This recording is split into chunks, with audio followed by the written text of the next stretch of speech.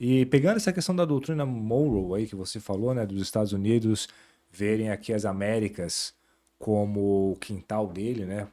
Só ele pode ter influência aqui, né? Não sei se isso se estende também lá para a Groenlândia, porque o Trump começou agora.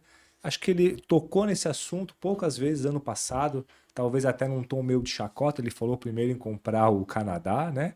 Ou que o Canadá seria o 51º estado americano, e depois que ele queria comprar a Groenlândia.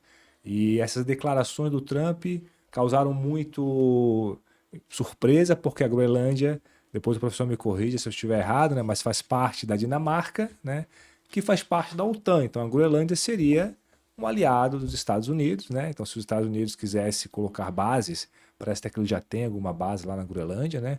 Nada impediria. Entretanto, ele começou com essa fixação pela Groenlândia, dizendo que precisa ter a Groenlândia. O que será que está por trás desse desejo do Trump pela Groenlândia? Assim, eu acho que é um tema complexo, assim, eu não arriscaria teses muito extravagantes aqui, né? Mas mesmo naquilo que já é mais claro, acho que tem coisas que são bem fáceis de compreender, né? Assim, uma das interpretações que a gente pode colocar, né, é que Trump, à frente dos Estados Unidos, né, e ele diz isso, né, que a América vem primeiro, né? E às vezes eu acho que é a América sozinha, né? Não é a América primeiro, é a América sozinha, né? Então, me parece que é um pouco isso, né? A ideia de que os Estados Unidos bastam a si próprios. E a questão do Ártico, né? Se puder até Isso. mostrar o mapa, Coloca né? aí, Adrian, pra gente aquela primeira figura, daí o professor explica aqui pra gente o que está Isso. rolando lá. Isso, aí, professor. Essa é uma visão que geralmente as pessoas não têm claro, né? Porque não é muito comum que as pessoas tenham essa percepção, né, da geografia da região, né? Então, acho que tem vários aspectos interessantes, né? Então, assim, o domínio do Ártico é uma coisa importante?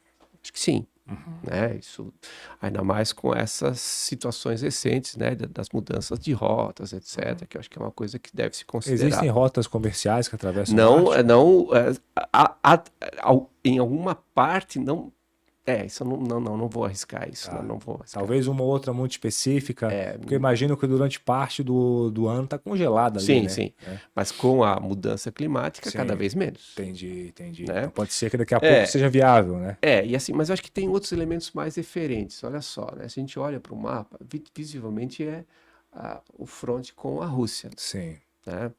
Então, mas a Rússia do Putin é próxima a Trump, tá, tudo bem, né? Mas é um adversário, né?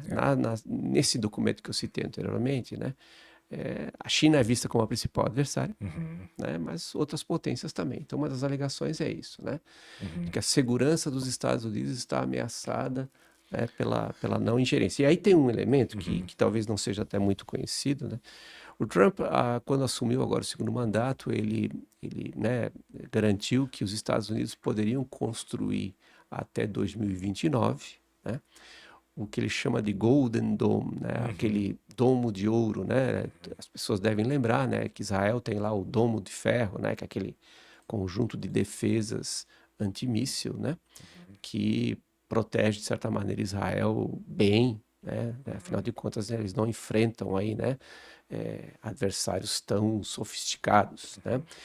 E o Trump alegou, né, de que uma das formas de construir um domo dourado sobre os Estados Unidos é justamente, né, ter a possibilidade, né, de exercer, né, essa capacidade de proteção. E se a gente olhar o mapa, né, acho que não fica muito difícil perceber, né, de que a presença americana nessa região está muito localizada ao Alasca, ali na ponta, Sim. né?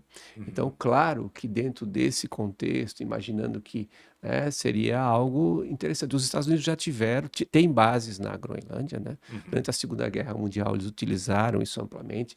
Esse espaço, né, se a gente olhar bem ali, ó, Noruega, Suécia, o próprio Reino Unido um pouco abaixo, Europa, né? Então, era um espaço bastante importante durante a Segunda Guerra Mundial, né?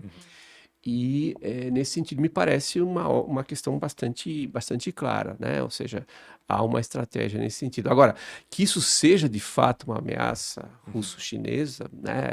Eu duvido, né, que isso possa ser enquadrado dessa forma, né? Talvez para fazer frente, né? Porque a gente olha para o mapa, que nem o professor falou, tem só lá o Alasca, que já é curioso, né? Porque que os Estados Unidos quis pegar o Alasca lá naquela ponta lá.